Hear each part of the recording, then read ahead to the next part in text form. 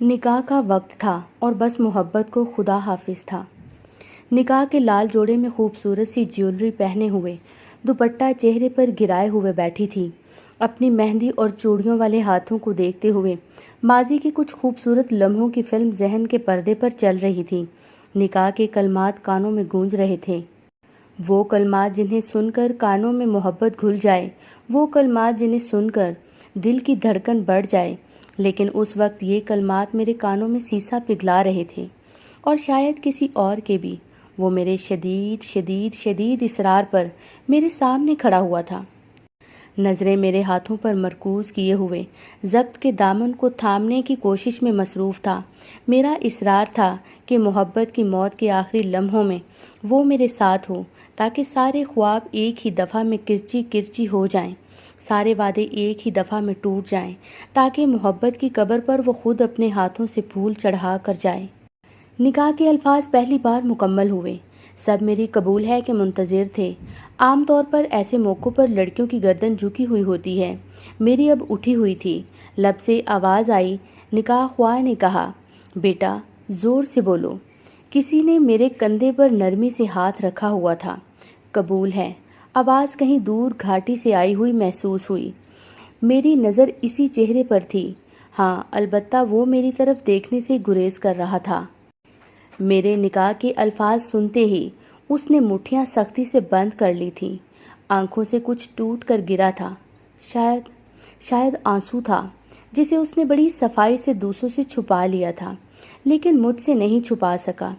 دوسری بار نکاح کے الفاظ دہرائے گئے، قبول ہے، اب کہ بڑی روانی سے بولتے ہوئے میری مٹھیاں بند ہی تھیں۔ اس نے اپنے نچلے ہونٹوں کو دانتوں سے دبایا ہوا تھا اور ہاتھوں کو پیچھے کر لیا تھا۔ مٹھیاں ابھی بھی بند تھیں اور نظریں میرے ہاتھوں پر مرکوز تھیں۔ میں اس کے ایک ایک تاثر کو اپنی آنکھوں میں قید کر رہی تھی، کیونکہ جب مجھے محبت کے مرنے کا یقین ہو جائے گا، تب ہی میں اپنی آگے کی زندگی کا آغاز کر سکوں گی۔ نکاح کے الفاظ تیسری بار دہرائے گئے۔ اس نے رک کر میری طرف دیکھا، ان آنکھوں میں کوئی التجا نہیں تھی، صرف تکلیف اور شدید تکلیف تھی، اور محبت کو آخری خدا حافظ تھا۔ میں نے آنکھوں کو بند کر لیا، سسکی کو دبانے کے لیے ہونٹوں کو سختی سے بھینچ لیا۔ الفاظوں نے ادا ہونے سے انکار کر دیا۔ نکاح کے الفاظ دوبارہ کانوں میں گونجے، ہونٹ ہلے، ایک آنکھ سے آنسو ٹپکا، کپ کپاتے لفظوں سے کہا، قبول ہے، اور دل نے کہا، انا للہ و انا الیہ راجعون۔ آنکھ کھول کر سامنے دیکھا، وہ وہاں نہیں تھا، لیکن وہ جہاں کھڑا تھا وہاں ایک انگوٹھی پڑی تھی۔ کسی نے گلے لگایا، کسی نے سر پر ہاتھ رکھا۔ اگلے لمحے کیا ہوا یاد نہیں۔ ہجر کا لمحہ تمام ہوا، ایک قیامت تھی جو گزر گئی۔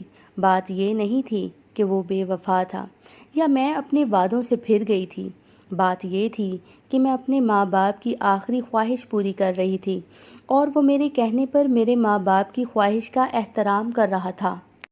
انگوٹھی کو میں نے مٹھی میں دبا لیا تھا۔ نکاح کے بعد کمرہ خالی تھا، صرف میری ایک کزن میرے ساتھ تھی۔ اس کا موبائل بجا، اس نے کال اٹھائی۔ دوسری طرف سے کسی نے کیا کہا پتہ نہیں، لیکن اس کے تاثرات عجیب تھے۔ وہ فون رکھ کر میری طرف مڑی، اب وہ رو رہی تھی۔ میرے ہاتھ پکڑ کر اس کا نام لیا اور کہا یہاں سے جاتے ہوئے اس کا ایکسیڈنٹ ہو گیا۔ میرے ہاتھ اس کے ہاتھوں سے نکل گئے، انگوٹھی دور جا گری۔ اگلے الفاظ سننے سے کانوں نے انکار کر دیا۔ میرا دل چاہا میں کانوں پر ہاتھ رکھ کر کسی غفا میں چھپ جاؤں، میرے سننے کی صلاحیت ختم ہو جائے۔ وہ بچ نہیں سکے۔ یہ سنتے ہی میں جھٹکے سے زمین پر بیٹھ گئی، کیونکہ اب کھڑے ہونے کی سکت ختم ہو گئی تھی۔ مجھے پہلی بار محسوس ہوا پاؤں کے نیچے سے زمین نکلنا کسے کہتے ہیں۔ میرے کانوں میں کچھ الفاظ گونجے۔